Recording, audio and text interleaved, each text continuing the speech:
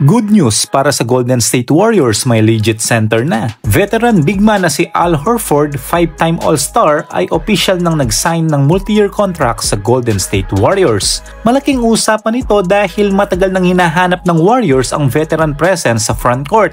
At ngayon mukhang nakuha na nila ang perfect fit. Si Horford na 6'9 center ay galing sa Boston Celtics. Kilala bilang isang pinaka-steady at reliable na big man sa NBA.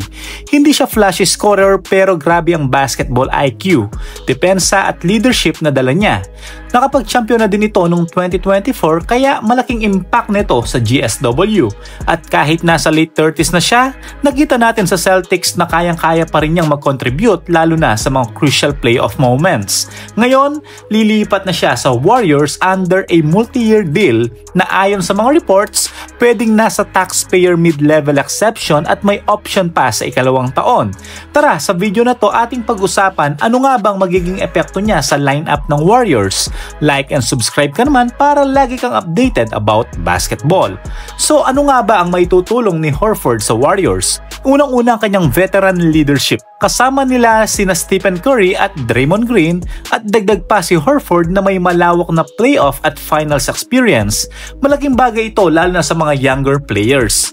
Pangalawa, yung kanyang frontcourt depth. Alam naman natin na kulang ang Warriors sa consistent big man at si Horford ay legit na big man nga ito. Kamakailan nga lang inalis na nila sa lineup si Looney at nasa Pelicans na nga.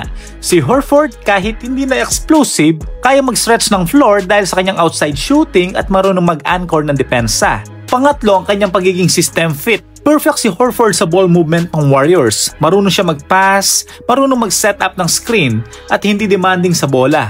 Para siyang upgraded veteran presence na swak sa Warriors na merong motion offense. At meron din siyang championship window. Ang move na ito ay parang statement ng Warriors na all-in, parang habang prime pa si Stephen Curry ay pwedeng masulit ito.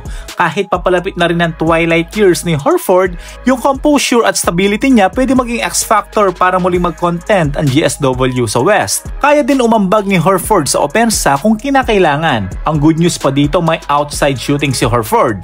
Last championship nga nila sa Celtics noong 2024, halos siya nga ang malaking naiambag sa kanyang mga clutch 3 para makamit ng Celtics ang championship. Siguradong sobrang saya ni Stephen Curry, Draymond Green and Jimmy Butler sa balitang ito. Kaka-excite na makita kung paano gagamitin ng Warriors si Horford. Hindi man siya superstar level ngayon, pero yung experience, leadership at fit niya sa system ay pwedeng maging game changer. Ano sa tingin ninyo mga kaballers? Sakto ba si Horford sa Warriors o late na itong move para sa kanila? Comment mo naman yung thought mo sa baba at pag-usapan natin ito. Don't forget to like and subscribe. Thank you for watching. God bless.